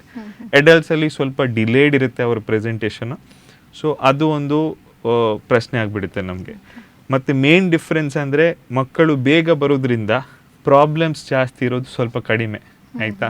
ಸೊ ಅದಕ್ಕೆ ನಾವು ಬೇಗ ಹೋಗಿ ಸರ್ಜರಿ ಮಾಡಿ ಮುಗಿಸ್ಬೋದು. ಆದರೆ ಅಡಲ್ಟ್ಸಲ್ಲಿ ಬ್ಲಾಕ್ ಆಗಬಹುದು, ದೊಡ್ಡದಾಗುವ ತನಕ ವೇಟ್ ಮಾಡ್ತಾರೆ. ಸೊ ಪ್ರೆಸೆಂಟೇಷನಲ್ಲಿ ಸ್ವಲ್ಪ ಡಿಫ್ರೆನ್ಸ್ ಇರುತ್ತೆ ವಿನ ಬೇರೆ ಏನು ಡಿಫ್ರೆನ್ಸ್ ಕಾಣಿಸ್ಕೊಳ್ಳಲ್ಲ. ಓಕೆ, ಇನ್ನು ಬೊಜ್ಜು ಹಾಗೇನೆ ಭಾರ ಎತ್ತುವುದು ಇದರಿಂದ ಕೂಡ ಹರ್ನಿಯ ಬರುತ್ತೆ ಅಂತ ಹೇಳಿ. ಹೌದು. ಹಾಗಿದ್ರೆ ಇದು ಹೇಗೆ ಸಂಬಂಧಪಟ್ಟಿದೆ? ಎಗೇನ್ ಮೆಕ್ಯಾನಿಸಮ್ ಸೇಮ್ ಆಗೇ ಹೋಗುತ್ತೆ. ನಿಮ್ಮ ಹೊಟ್ಟೆ ಪ್ರೆಷರ್ ಹೇಗೆ ಜಾಸ್ತಿ ಆಗುತ್ತೋ, ನಾನು ಒಂದು ಮರ್ತು ಹೋಗಿದ್ದೆ ನಿಮಗೆ ಹೇಳೋಕ್ಕೆ, ಕೆಮ್ಮುವಾಗ ಆವಾಗ ಕೂಡ ಹೊಟ್ಟೆ ಪ್ರೆಷರ್ ಜಾಸ್ತಿ ಆಗೋ ಸಾಧ್ಯತೆ ಇದೆ. ಇವಾಗ ಕ್ರಾನಿಕಲಿ ಯಾರಾದರೂ ಆಸ್ತಮಾ ಪೇಷಂಟ್ಸ್ ಇದ್ದರೆ, ಸ್ಮೋಕರ್ಸ್ ಇದ್ದರೆ, ಅಥವಾ ಏನಾದರೂ ಒಂದು ದಮ್ಮಿದ ಕಾಯಿಲೆಯಿಂದ ಟ್ರೀಟ್ಮೆಂಟ್ ತಗೊಳ್ಳುವ ಒಂದು ಅಥವಾ ಕೆಮ್ಮು ಬರುವ ಸಾಧ್ಯತೆ ಜಾಸ್ತಿ ಇರುವ ಪೇಷಂಟ್ಸಿಗೆ ಹರ್ನಿಯ ಬರೋಕ್ಕೆ ಸ್ವಲ್ಪ ಸಾಧ್ಯತೆ ಜಾಸ್ತಿ. ಎರಡನೇದು, ಇವಾಗ ನೀವು ಹೇಳಿದಾಗೆ ತೂಕ ಎತ್ತುವಾಗ ಸಾಧಾರಣ ಮಟ್ಟಿಗೆ ನೀವು ನೋಡಿರ್ಬೇಕು, ನಾವು ನಮ್ಮ ಮನೆಯಲ್ಲಿ ತೂಕ ಹೆಂಗೆ ಎತ್ತೀವಿ, ನೇರವಾಗಿ ಬಗ್ಗಿ ಎತ್ತೀವಿ. ಪ್ರೆಷರ್ ಹೊಟ್ಟೆ ಮೇಲೆ ಬೀಳುತ್ತೆ. ನಾವು ಸ್ಕ್ವಾಟ್ ಮಾಡಿ ಅಂದರೆ ಕಾಲಿನ ಮೇಲೆ ಪ್ರೆಷರ್ ಹಾಕಿಬಿಟ್ಟು ಮೇಲೆ ಏಳಲ್ಲ. ಸೊ ಅದು ಒಂದು ನಮಗೆ ಇವಾಗ ಜಿಮ್ಮಿಗೆ ಹೋಗಿರೋವರಿಗೆ ಸ್ಕ್ವಾಟ್ ಅಂತ ನಾವು ಏನು ಹೇಳ್ತೀವೋ, ಸ್ಕ್ವಾಟಿಂಗ್ ಪೊಸಿಷನಿಂದ ತೆಗೆಯುವಾಗ ಕಾಲ ಮೇಲೆ ಭಾರ ಜಾಸ್ತಿ ಇರುತ್ತೆ. ಹೊಟ್ಟೆ ಮೇಲೆ ಯಾವುದೇ ರೀತಿಯಿಂದ ಭಾರ ಜಾಸ್ತಿ ಆದರೆ ಹೀಗೆ ಒಂದು ಹರ್ನಿಯ ಬರುವ ಸಾಧ್ಯತೆ ಇದೆ. ಅದು ವೇಟ್ ಲಿಫ್ಟಿಂಗ್ ಆಗಿರಬಹುದು, ತುಂಬ ಹೊತ್ತು ಸ್ಟ್ಯಾಂಡಿಂಗ್ ವರ್ಕಲ್ಲಿ ಆಗಿರಬಹುದು, ಅಥವಾ ಕೆಮ್ಮಿಂದ ಆಗಿರಬಹುದು, ನಾನು ಹೇಳುವ ಕಾನ್ಸ್ಟಿಪೇಷನ್ ಅಥವಾ ಪ್ರಾಸ್ಟೇಟ್ ದೊಡ್ಡದಾಗಿದ್ದರಿಂದ ಆಗಿರಬಹುದು. ಸೊ ಹರ್ನಿಯವನ್ನ ಹೇಗೆ ಪತ್ತೆ ಹಚ್ಚಬಹುದು ಅಂತ? ಅದು ಸ್ವೆಲ್ಲಿಂಗ್ ಅಂತ ಹೇಳಿದ್ರಿ, ಈಗ ಅದು ಬೇರೆ ಕಾರಣದಿಂದ ಕೂಡ ಸ್ವೆಲ್ಲಿಂಗ್ ಆಗ್ಬೋದಲ್ಲ? ಹರ್ನಿಯಾ ಒಂದು ನಾವು ಜನರಲ್ ಆಗಿ ಮಾತಾಡುವಾಗ ಹರ್ನಿಯಾ ಒಂದು ಕ್ಲಿನಿಕಲ್ ಡಯಾಗ್ನೋಸಿಸ್ ಅಂತ ಹೇಳ್ತೀವಿ. ಅದಕ್ಕೆ ಸಾಧಾರಣ ಮಟ್ಟಿಗೆ ನಾವು ಏನು ಇನ್ವೆಸ್ಟಿಗೇಷನ್ ಮಾಡಬೇಕಂತ ಇಲ್ಲ. ಇನ್ವೆಸ್ಟಿಗೇಷನ್ ಯೂಶ್ವಲಿ ನಾವು ಮಾಡೋದು ಬೇರೆ ಏನಾದರೂ ಈ ಹರ್ನಿಯಾಗೆ ಸಂಬಂಧಪಟ್ಟಂತೆ ಬೇರೆ ಏನಾದರೂ ಪ್ರಾಬ್ಲಮ್ ಇರಬಹುದಾ. ಇವಾಗ ವಯಸ್ಕರಲ್ಲಿ ಸಾಧಾರಣ ಮಟ್ಟಿಗೆ ತುಂಬ ಒಂದು 60 ಆ ಏಜ್ ಗ್ರೂಪಿಂದ ಸ್ವಲ್ಪ ಮೇಲೆ ಇರುವವರಿಗೆ ಶುಗರ್, BP ಎಲ್ಲ ಇರುತ್ತೆ. So we have to make sure ಅವರಿಗೆ ಸೇಫ್ ಸರ್ಜರಿ ಆಗಬೇಕು, ಆಯಿತಾ. ಸೇಫ್ ಮತ್ತು ಅವರು ಫಿಟ್ ಇರಬೇಕು. ಆ ಫಿಟ್ನೆಸ್ಸಿಗೆ ಸಂಬಂಧಪಟ್ಟದ್ದು ಶುಗರ್ ಮತ್ತು BP ಕಂಟ್ರೋಲಲ್ಲಿ ಇದೆಯಾ ಇಲ್ವಾ ಅಂತ ನಮಗೆ ಫಸ್ಟ್ ಗೊತ್ತಾಗಬೇಕು. ಎರಡನೇದು, ನಾವು ಒಂದು ಬ್ಲಡ್ ಇನ್ವೆಸ್ಟಿಗೇಷನ್ ಅಲ್ಲದೆ ಒಂದು ಸ್ಕ್ಯಾನಿಂಗ್ ಅಂತ ನಾವು ಹೇಳ್ತೀವಿ. ಸಾಧಾರಣ ಮಟ್ಟಿಗೆ ನಮಗೆ ಅದು ನೋಡಿದ್ದ ತಕ್ಷಣ ನಮ್ಗೆ ಗೊತ್ತಾಗುತ್ತೆ ಇದು ಇಂಗ್ವೈನಲ್ ಹರ್ನಿಯಾ, ಇದು ಅಂಬಲಿಕಲ್ ಹರ್ನಿಯಾ ಅಂತ. ಆದರೆ ಕೆಲವು ಸತಿ ಅವರಿಗೆ ತೂಕ ಜಾಸ್ತಿ ಇರೋದ್ರಿಂದ ಅಥವಾ ಬೇರೆ ರಿಸ್ಕ್ ಫ್ಯಾಕ್ಟರ್ಸ್ ಇರುವಾಗ we try to be as safe as possible. ಆ ಕಂಟೆಂಟ್ ನಮಗೆ ಎಕ್ಸಾಮಿನೇಷನ್ ಮಾಡುವಾಗ ಅದರಲ್ಲಿ ಕರಳು ಇರ್ಬೋದು ಅಂತ ಒಂದು ಸಂಶಯ ಇದ್ದರೆ ನಾವು ಒಂದು ಸ್ಕ್ಯಾನ್ ಮಾಡಿ ನೋಡ್ತೀವಿ, ಅಲ್ಲಿ ಕರಳು ಹಿಂದೆ ಹೋಗುತ್ತಾ ಅಥವಾ ಅಲ್ಲೇ ಬ್ಲಾಕ್ ಆಗಿದೆಯಾ, ನಮಗೆ ಸೇಫ್ ಮಾಡಲಿಕ್ಕೆ ಏನಾದರೂ ಇದೆಯಾ, ಅಥವಾ ನೇರವಾಗಿ ಆಪ್ರೇಷನ್ ಮಾಡಬಹುದಾ, ಆಪ್ರೇಷನ್ ಮಾಡುವ ಮುಂಚೆ ನಾವು ಏನಾದರೂ ಬೇರೆ ಇನ್ವೆಸ್ಟಿಗೇಷನ್ಸ್ ಮಾಡಬೇಕಾ, ಏನಾದರೂ ಸೇಫ್ ಗಾರ್ಡ್ಸ್ ನಾವು ತಗೋಬೇಕಾ. ಬೇಸಿಕಲಿ ಆ ಪೇಷಂಟಿಗೆ ಎಷ್ಟು ಸೇಫಾಗಿ ನಾವು ಸರ್ಜರಿ ಮಾಡಬಹುದು ಅದು ನಾವು ನೋಡ್ಕೋತೀವಿ. ಕೆಲವು ಅಂದರೆ ಒಂದು ಚಿಕ್ಕ ಪರ್ಸೆಂಟೇಜಲ್ಲಿ ಆಪ್ರೇಷನ್ ಆಗಿರೋ ಪೇಷಂಟ್ಸಲ್ಲಿ ಅಥವಾ ಪದೇ ರಿಕರೆನ್ಸ್ ಅಥವಾ ಹರ್ನಿಯಾ ಒಂದೇ ಸತಿ ಬರಬೇಕಂತ ಇಲ್ಲ. ಕೆಲವು ಸತಿ ಆಪ್ರೇಷನ್ ಮಾಡಿ ಆದ ನಂತರ ಕೂಡ ಬಾಡಿದು ಕೆಲವು ಫ್ಯಾಕ್ಟರ್ಸ್ ಇರುತ್ತೆ, ಪೇಷಂಟ್ಸಿದ್ದು ಕೆಲವು ಫ್ಯಾಕ್ಟರ್ಸ್ ಇರುತ್ತೆ, ಅಥವಾ ಅವರ ಜನರಲ್ ಹೆಲ್ತಿದ್ದು ಕೆಲವು ಫ್ಯಾಕ್ಟರ್ಸ್ ಇರುತ್ತೆ. ಸೊ ಅದರಿಂದ ಪುನಃ ಅವರಿಗೆ ಹರ್ನಿಯಾ ಆಗುವ ಒಂದು ಸಾಧ್ಯತೆ ಇದೆ. ಆ ರಿಕರೆಂಟ್ ಹರ್ನಿಯಾ ಒಂದು ಸಾಧ್ಯತೆ ಇರುವಾಗ ನಾವು ಒಂದು CT ಸ್ಕ್ಯಾನು ಮಾಡಬಹುದು. ಅಥವಾ ಆಪ್ರೇಷನ್ ಆದ ನಂತರ ಈ ಹರ್ನಿಯಾದ ಸೈಜ್ ತುಂಬ ದೊಡ್ಡದಿರುವಾಗ ನಮಗೆ ಶೂರ್ ಇದೆ ಒಳಗಡೆ ಕರಳಿರಬಹುದು. ಕರಳು ಮಾತ್ರ ಅಲ್ಲ, ಬೇರೆ ಆರ್ಗನ್ಸ್ ಕೂಡ ಇರಬಹುದು. ಸೊ ಆ ಒಂದು ಇನ್ವೆಸ್ಟಿಗೇಷನ್ ಮಾಡೋಕ್ಕೆ ನಾವು CT ಸ್ಕ್ಯಾನ್ ಇದು ಹೆಲ್ಪ್ ಕೂಡ ತಗೋತೀವಿ. ಸಾಧಾರಣ ಮಟ್ಟಿಗೆ ಇಷ್ಟು ನಾವು ಯೂಶ್ವಲಿ ಒಂದು ಹರ್ನಿಯಾ ಪೇಷಂಟಿಗೆ ಅವಶ್ಯಕತೆ ಇದ್ದಾಗ ನಾವು ಮಾಡುವ ಒಂದು ಇನ್ವೆಸ್ಟಿಗೇಷನ್ಸ್. ಓಕೆ, ಇವಾಗ ಸರ್ಜರಿ ಮಾಡಿದರೆ, ಶಸ್ತ್ರಚಿಕಿತ್ಸೆ ಮಾಡಿದರೆ ಹರ್ನಿಯಾ ಬರುವಂಥ ಚಾನ್ಸಸ್ ಇದೆ ಅಂತ ಹೇಳಿದ್ರಿ. ಹೌದು. ಹಾಗೇನೆ ಅವರಿಗೆ ಟ್ಯೂಬ್ ಏನಾದರೂ ಹಾಕಿದ್ರು ಕೂಡ ಬರಬಹುದು. ಹಾಗಿದ್ರೆ ಶಸ್ತ್ರಚಿಕಿತ್ಸೆ ಮಾಡಿದ ಎಲ್ಲರಿಗೂ ಬರುವಂಥ ಚಾನ್ಸಸ್ ಇದೆಯಾ, ಹೇಗೆ? ಇಲ್ಲ ಮೇಡಮ್, ಇವಾಗ it depends on the health. ಇವಾಗ ಒಬ್ಬ ವ್ಯಕ್ತಿಯ ಜನರಲ್ ಹೆಲ್ತ್ ಏನಿದೆ, ಆರೋಗ್ಯ ಹೇಗಿದೆ, ಅದರ ಮೇಲೆ ಡಿಪೆಂಡೆಂಟ್ ಇರುತ್ತೆ. ಸೊ ಇವಾಗ ಒಂದು ಫಿಟ್ ಆ್ಯಂಡ್ ಫೈನ್ ಇರುವ ಯಾವುದಾದ್ರೂ ಒಂದು ವ್ಯಕ್ತಿ, ಅಂದರೆ ಅವರಿಗೆ ಶುಗರ್ ಇಲ್ಲ, BP ಇಲ್ಲ, ತೂಕ ಜಾಸ್ತಿ ಇಲ್ಲ, ಅವರು ಎಕ್ಸಸೈಸ್ ರೆಗ್ಯುಲರ್ ಆಗಿ ಮಾಡ್ತಾರೆ, ವೇಟ್ ನೋಡ್ಕೋತಾರೆ, ಅದು ಎಲ್ಲ ಫಾಲೋ ಮಾಡುವ ಒಂದು ವ್ಯಕ್ತಿ ಆದರೆ usually we do not expect them to have hernia. ಪುನಃ ಹರ್ನಿಯ ಬರುವ ಚಾನ್ಸಸ್ ಸ್ವಲ್ಪ ಕಡಿಮೆ. ಇವಾಗ ಶುಗರ್ ಇರುವ ಪೇಷಂಟ್ ಆದರೆ ಅಥವಾ ವೇಟ್ ಜಾಸ್ತಿ ಇದ್ದರೆ ಅಥವಾ ಅವರಿಗೆ ಯಾವುದಾದ್ರೂ ಬೇರೆ ತೊಂದರೆ ಆದರೆ, ಅಂದರೆ ಕರಳಲ್ಲಿ ಏನಾದರೂ ಒಂದು ಬ್ಲಾಕ್ ಇದೆ, ಅದು ಕ್ಯಾನ್ಸರಿಂದ ಇರಬಹುದು, ಬೇರೆ ಏನಾದರೂ ಕಾಯಿಲೆಯಿಂದ ಬ್ಲಾಕ್ ಇರುತ್ತೆ, ಮೋಷನ್ ಹೋಗೋಕ್ಕೆ ತುಂಬ ಟೈಮ್ ಆಗುತ್ತೆ. ಕೆಲವು ಥೈರಾಯ್ಡ್ ಲೋ ಇರುವ ಜನ, ಹೈಪೋಥೈರಾಯ್ಡಿಸಮ್ ಅಂತ ನಾವು ಏನು ಹೇಳ್ತೀವಿ, ಅವರಲ್ಲಿ ಕಾನ್ಸ್ಟಿಪೇಷನ್ ಸಾಧಾರಣವಾಗಿ ಜಾಸ್ತಿ ಇರುತ್ತೆ. ಕೆಲವು ಅದರಿಂದನೂ ಆಗ್ಬೋದು. ಫೈಬರ್ ಅಂದರೆ ಊಟದಲ್ಲಿ ನಾವು ಫೈಬರ್ ಕಡಿಮೆ ತಗೋದ್ರಿಂದ ಮೋಷನ್ ತುಂಬ ಟೈಮ್ ಆಗುತ್ತೆ, ಅದರಿಂದನೂ ಬರಬಹುದು. ಆಯಿತಾ? ಸೊ ಮತ್ತು ಅವರ ಡೈಲಿ ಆ್ಯಕ್ಟಿವಿಟೀಸ್ ಏನು, ಅವರು ಎಷ್ಟು ವೇಟ್ ಲಿಫ್ಟ್ ಮಾಡ್ತಾರೆ, ಅವರು ಎಷ್ಟು ಫಿಸಿಕಲ್ ಆ್ಯಕ್ಟಿವಿಟಿ ಮಾಡ್ತಾರೆ. ಸೊ ಆ ಒಂದು ಕ್ಯಾಟಗರಿಯ ಪೇಷಂಟ್ಸಿಗೆ ಸ್ವಲ್ಪ ಚಾನ್ಸಸ್ ಜಾಸ್ತಿ ಅಂತ ನಾವು ಹೇಳ್ತೀವಿ. ಅದಕ್ಕೆ ನಾವು ಫಾಲೋ ಅಪ್ ಆಗಿ ನಾವು ಹೇಳ್ತೀವಿ ಪೇಷಂಟಿಗೆ, ನೋಡಿ surgery is just 50% of the job. ಆದ ನಂತರ ನೀವು ನಿಮ್ಮ ಹೆಲ್ತ್ ಆರೋಗ್ಯ ನೋಡ್ಕೋಬೇಕಾಗತ್ತೆ. ಅದಕ್ಕೆ ಸೇಫ್ ಗಾರ್ಡ್ಸ್ ಏನಿದೆಯೋ ಅದು ನಾವು ಹೇಳಿ ಕೊಡ್ತೀವಿ ಅವರಿಗೆ, ಅದು ಅವರು ಫಾಲೋ ಮಾಡಿದರೆ ಯೂಶ್ವಲಿ ಹರ್ನಿಯ ಬರುವುದಿಲ್ಲ. ಆದರೆ ನಾವು ಹೇಳ್ತೀವಿ ನಾವು ಸರ್ಜರಿ ಆಗಿ ಒಳ್ಳೆ ರಿಪೇರ್ ಮಾಡಿದ್ದೀವಿ, ಅವರ ಹೆಲ್ತ್ ಚೆನ್ನಾಗಿ ಇಡುವ ಒಂದು ಸಾಧ್ಯತೆ ಜಾಸ್ತಿ ಇರೋ ನಾವು ಹೇಳ್ತೀವಿ 5 years ರಿಕರೆನ್ಸ್ ಅಥವಾ 10 yearsಲ್ಲಿ ನಿಮಗೆ ಬರಲಿಕ್ಕೆ ಇಲ್ಲ. ಆದರೆ ಅದಕ್ಕೆ ಕೂಡ ಸೇಫ್ ಗಾರ್ಡ್ಸ್ ಅವರ ಆರೋಗ್ಯ ಅವರು ನೋಡ್ಕೊಳ್ಳೇಬೇಕು. ಓಕೆ, ಹಾಗಿದ್ರೆ ಈ ಸರ್ಜರಿ ಆದಮೇಲೆ ಮತ್ತೆ ಪದೇ ಪದೇ ಕಾಡುವಂಥ ಚಾನ್ಸಸ್ ಇರುತ್ತಾ ಹೇಗೆ? ಸರ್ಜರಿ ಆದ ನಂತರ ನಾವು ಫಾಲೋ ಅಪ್ ಮಾಡ್ತೀವಿ. ಸಾಧಾರಣ ಮಟ್ಟಿಗೆ ನಮ್ಮ ಆಸ್ಪತ್ರೆಯಲ್ಲಿ ನಾವು ಆಪ್ರೇಷನ್ ಆದ ನಂತರ 1 ವಾರ ಆದ ನಂತರ ನಾವು ಕರಿತೀವಿ, ಬನ್ನಿ ತೋರಿಸಿ, ನಾವು ಆ ಸ್ಟಿಚಸ್ ಎಲ್ಲ ತೆಗಿತೀವಿ. ದೆನ್ ನೆಕ್ಸ್ಟ್ ಪ್ರಾಬ್ಲಿ ಒಂದು 3 months ಆದ ನಂತರ ಪುನಃ ನಾವು ಕರಿಬಹುದು. ಇನ್ ಕೇಸ್ ಸಿಮ್ಟಮ್ಸ್ ಇಲ್ಲದಿದ್ದರೆ ಕೂಡ ಒಂದು ಸತಿ ಜಸ್ಟ್ ಫಾಲೋ ಅಪಿಗೆ ಕರಿಬಹುದು. ಇಫ್ ಎವ್ರಿಥಿಂಗ್ ಇಸ್ ವೆಲ್, ನಾವು ಹೇಳ್ತೀವಿ ಅವರಿಗೆ ಇದೆಲ್ಲ ಇದೆಲ್ಲ ಮಾಡಬಾರ್ದು, ಇದೆಲ್ಲ ಮಾಡಬೇಕು ಅಂತ, ಅದು ಫಾಲೋ ಮಾಡಿದರೆ they will be fine. Okay, ಇನ್ನು ಯಾರಿಗೆ ಬೇಕಾದರೂ ಬರ್ಬೋದು ಅಂತ ಹೇಳಿದರೆ ಆವಾಗಲೇ ಹರ್ನಿಯ. ಹಾಗಿದ್ರೆ ಈ ಗರ್ಭಿಣಿಯರಲ್ಲೇ ಅಕಸ್ಮಾತ್ ಹರ್ನಿಯ ಕಂಡು ಬಂದರೆ ಅವಾಗ ಏನು ಮಾಡಬೇಕಾಗತ್ತೆ? ಗರ್ಭಿಣಿಯರಿಗೆ ಒಂದು ಮೇನ್ ಕಾರಣ ಬರೋಕ್ಕೆ ಲೈಕ್ ಐ ಸೆಡ್ ಕಾನ್ಸ್ಟಿಪೇಷನ್, ಅಂದರೆ ಮೋಷನ್ ಹೊರಗಡೆ ಫ್ರೀಯಾಗಿ ಹೋಗಲ್ಲ. ಯಾಕಂದರೆ ಯೂಟ್ರಸ್ ದೊಡ್ಡದಾಗುವಾಗ ಅದು ಕರಳ ಮೇಲೆ ಒತ್ತಡ ಕೊಡುತ್ತೆ. ನೀರು ಕುಡಿಯುವ ಸಾಧ್ಯತೆ ಕೂಡ ಸ್ವಲ್ಪ ಗರ್ಭಿಣಿಯರಲ್ಲಿ ಕಡಿಮೆ. ಸೊ ಮೋಷನ್ ಟೈಟ್ ಆದಾಗ ಅಥವಾ ಯೂಟ್ರಸ್ ದೊಡ್ಡದಾದಾಗ ಈ ಹರ್ನಿಯ ಕಂಡು ಬರುವ ಸಾಧ್ಯತೆ ಸ್ವಲ್ಪ ಜಾಸ್ತಿ. ಸೇಫ್ ಗಾರ್ಡ್ಸ್ ಅಂದರೆ ಬೇರೆ ಏನಿಲ್ಲ, ಮೇಯ್ನಾಗಿ ಡಯಟಲ್ಲಿ ನಾವು ಎಷ್ಟಾಗತ್ತಷ್ಟು ಫೈಬರ್ ತಿನ್ನೋಕ್ಕೆ ನಾವು ಎನ್ಕರೇಜ್ ಮಾಡ್ತೀವಿ, ಅವರಿಗೆ ಪ್ರೋತ್ಸಾಹ ಕೊಡ್ತೀವಿ. ಚೆನ್ನಾಗಿ ಕ್ಲೀನ್ ಇರುವ, ಅಂದರೆ ತುಂಬ ಸ್ಯಾಲೆಡ್ ಅಥವಾ ಫೈಬರ್ ಇರುವ ಒಂದು ಊಟ ನಾವು ಅವರಿಗೆ ಅಡ್ವೈಸ್ ಮಾಡ್ತೀವಿ. ಅದು ಮಾಡಿದರೆ ಸಾಧಾರಣ ಮಟ್ಟಿಗೆ ಅದು ಬರಲ್ಲ. ಓಕೆ, ಇನ್ನು ಹರ್ನಿಯ ಇದ್ದರೆ ಅಕಸ್ಮಾತ್ ಇದು ಗರ್ಭಧಾರಣೆಗೆ ಕೂಡ ಎಫೆಕ್ಟ್ ಆಗುತ್ತಾ ಹೇಗೆ ಅಂತ? ಇಲ್ಲ ಮೇಡಮ್, ಹರ್ನಿಯ ಇದ್ದರೆ ಗರ್ಭಧಾರಣಕ್ಕೆ ಏನು ಎಫೆಕ್ಟ್ ಆಗೋದಿಲ್ಲ. ಆದರೆ ಕೆಲವು ಇವಾಗ ಆಲ್ರೆಡಿ ಮುಂಚೆ ಹರ್ನಿಯ ಇರುವ ಒಂದು ಪೇಷಂಟ್ ಆದರೆ ಮತ್ತು ಒಂದು ಆಲ್ರೆಡಿ ಅಬ್ಡಾಮಿನಲ್ ವಾಲ್ ಅಂತ ನಾವು ಹೊಟ್ಟೆದ ಭಾಗ ಆಲ್ರೆಡಿ ವೀಕ್ ಇದ್ದರೆ ನೋವು ಬರ್ಬೋದು. ಆಯಿತಾ? ಸೊ ನೋವು ಬರ್ಬೋದು, ಕೆಲವು ಸತಿ ಕರಳು ಜಾಮ್ ಆಗ್ಬೋದು, ಅದ್ರ ಒಳಗಡೆ ಹೋಗಿ ಜಾಮ್ ಆಗ್ಬೋದು. ಬಟ್ ಸಾಧಾರಣ ಮಟ್ಟಿಗೆ ಹರ್ನಿಯದಿಂದ ಪ್ರೆಗ್ನೆನ್ಸಿ ಕಾಂಪ್ಲಿಕೇಶನ್ ಆಗೋದಿಲ್ಲ. ಪ್ರೆಗ್ನೆನ್ಸಿ ಆ್ಯಸ್ ಅ ಸ್ಟೇಟ್, ಅಂದರೆ ಹೊಟ್ಟೆ ದೊಡ್ಡದಾಗಿರೋದ್ರಿಂದ, ಪ್ರೆಷರ್ ಜಾಸ್ತಿ ಇರೋದ್ರಿಂದ ಅದರಿಂದ ಒಂದು ಹರ್ನಿಯ ಬರುವ ಸಾಧ್ಯತೆ ಜಾಸ್ತಿ ಇದೆ. ಅದು ಯಾವಾಗ ಬೇಕಾದರೂ ಪ್ರೆಗ್ನೆನ್ಸಿ ಕಂಪ್ಲೀಟ್ ಆದ ನಂತರ ನಾವು ಅದನ್ನು ಟ್ಯಾಕಲ್ ಮಾಡಬಹುದು. ಓಕೆ, ಇವಾಗ ಸರ್ಜರಿ ಮಾಡಬೇಕು ಅಂತ ಅವಾಗಲೇ ಹೇಳಿದರೆ, ಅಕಸ್ಮಾತ್ ಆಗಿ ಸರ್ಜರಿ ಮಾಡಿಸಿಲ್ಲ ಅಂದರೆ ಏನಾದರೂ ಎಫೆಕ್ಟ್ ಆಗುತ್ತಾ ಹೇಗೆ?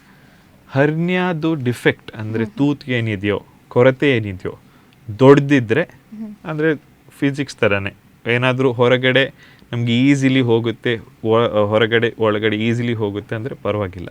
ಡಿಫೆಕ್ಟ್ ದೊಡ್ಡದಿದ್ದರೆ, ಡಿಫೆಕ್ಟ್ ತುಂಬ ಚಿಕ್ಕದಿದೆ, ರಿಸ್ಕ್ಸ್ ಜಾಸ್ತಿ ಇದೆ ಪೇಷಂಟ್ಸಿಗೆ, ಆವಾಗ ಯೂಶ್ವಲಿ ಅಬೌಟ್ 90% ಆ ಕ್ಯಾಟಗರಿಯಲ್ಲಿ ಬಿಡ್ತಾರೆ. ವೇರ್ ಡಿಫೆಕ್ಟ್ ತುಂಬ ಚಿಕ್ಕದಿರುತ್ತೆ, ಹೆಲ್ತ್ ಅವರು ಚೆನ್ನಾಗಿ ನೋಡ್ಕೊಳ್ಳಲ್ಲ. ಸೊ ನಾವು ಸರ್ಜರಿ ಅಡ್ವೈಸ್ ಮಾಡ್ತೀವಿ. ಕೆಲವು ಚಿಕ್ಕ ಪರ್ಸೆಂಟಲ್ಲಿ ಅವ್ರು ಏನು ಇದ್ರೂ ಕೂಡ ಅವರಿಗೆ ಲೈಫ್ ಲಾಂಗ್ ಏನೂ ಆಗೋದಿಲ್ಲ. ಆದರೆ ಆ ರಿಸ್ಕ್ ಯೂಶ್ವಲಿ ನಾವು ಹೇಳ್ತೀವಿ ಪೇಷಂಟ್ಸಿಗೆ, ಹೀಗೆ ನಿಮಗೆ ಫ್ಯೂಚರಲ್ಲಿ ಆಗಬಹುದು, ನೀವು ಆವಾಗ ಆಪ್ರೇಟ್ ಮಾಡಿದರೆ ಸ್ವಲ್ಪ ಸರ್ಜರಿದು ಏನು ಇವಾಗ ನಾವು ಇಲೆಕ್ಟಿವ್ಲಿ ಅಂತ ಏನು ಹೇಳ್ತೀವೋ ಆ ಸರ್ಜರಿ ಮಾಡಿದ್ರೆ ಸ್ವಲ್ಪ ದೊಡ್ಡ ಸರ್ಜರಿ ಆಗ್ಬೋದು. So Okay. When it is a smaller problem, ಚಿಕ್ಕ ಪ್ರಾಬ್ಲಮ್ ಇರುವಾಗ ಈಸಿಲಿ ಟ್ರೀಟ್ ಮಾಡ್ಬೋದು ಅಂತ. ಓಕೆ, ಇವಾಗ ಅಕಸ್ಮಾತಾಗಿ ಶಸ್ತ್ರಚಿಕಿತ್ಸೆ ಇಲ್ಲದೆ ತನ್ನಿಂದ ತಾನೇ ಹರ್ನಿಯ ವಾಸಿ ಆಗತ್ತಾ ಹೇಗೆ ಅಂತ? ಹರ್ನಿಯ ಒಂದು ಸರ್ಜಿಕಲ್ ಪ್ರಾಬ್ಲಮ್ ಮೇನ್ ಅಂದರೆ ಇವಾಗ ಟ್ರೀಟ್ಮೆಂಟ್ ಇಲ್ಲದೆ ಸಾಧಾರಣ ಮಟ್ಟಿಗೆ ಸಿಂಪ್ಟಮ್ಸ್ ಇರಲಿಕ್ಕಿಲ್ಲ, ಓಕೆ. ಆದರೆ ಅದು ಗುಣ ಆಗುವ ಸಾಧ್ಯತೆ ಸ್ವಲ್ಪ ಕಡಿಮೆ. ಮುಂಚೆ ಅಂದರೆ ತುಂಬ ವರ್ಷಗಳ ಹಿಂದೆ ಅವರು ಹೊರಗಡೆಯಿಂದ ಅಂದರೆ ಆಪ್ರೇಷನ್ ಇಲ್ಲದೆ ಬೆಲ್ಟ್ಸ್ ಎಲ್ಲ ಯೂಸ್ ಮಾಡಿ ಅದು ಜಾಸ್ತಿ ಆಗದೆ ಇರುವ ಒಂದು ಟ್ರೀಟ್ಮೆಂಟ್ ಟ್ರೈ ಮಾಡ್ತಾಯಿದ್ರು. ಆದರೆ ಯಾಕೆ ಇವಾಗ ಹರ್ನಿಯ ಬೆಲ್ಟ್ಸ್ ಎಲ್ಲ ನಾವು ಯೂಸ್ ಮಾಡೋದಿಲ್ಲ, ಕ್ಯಾಪ್ಸ್ ಎಲ್ಲ ಯೂಸ್ ಮಾಡೋದಿಲ್ಲ. ಸೊ ಇವಾಗ ಟ್ರೀಟ್ಮೆಂಟ್ ಇರೋದು ಸಾಧಾರಣ ಮಟ್ಟಿಗೆ ಒಂದು ಮಾತ್ರ. ಯೂಶ್ವಲಿ ನಾವು ಹೇಳ್ತೀವಿ surgery is the only treatment.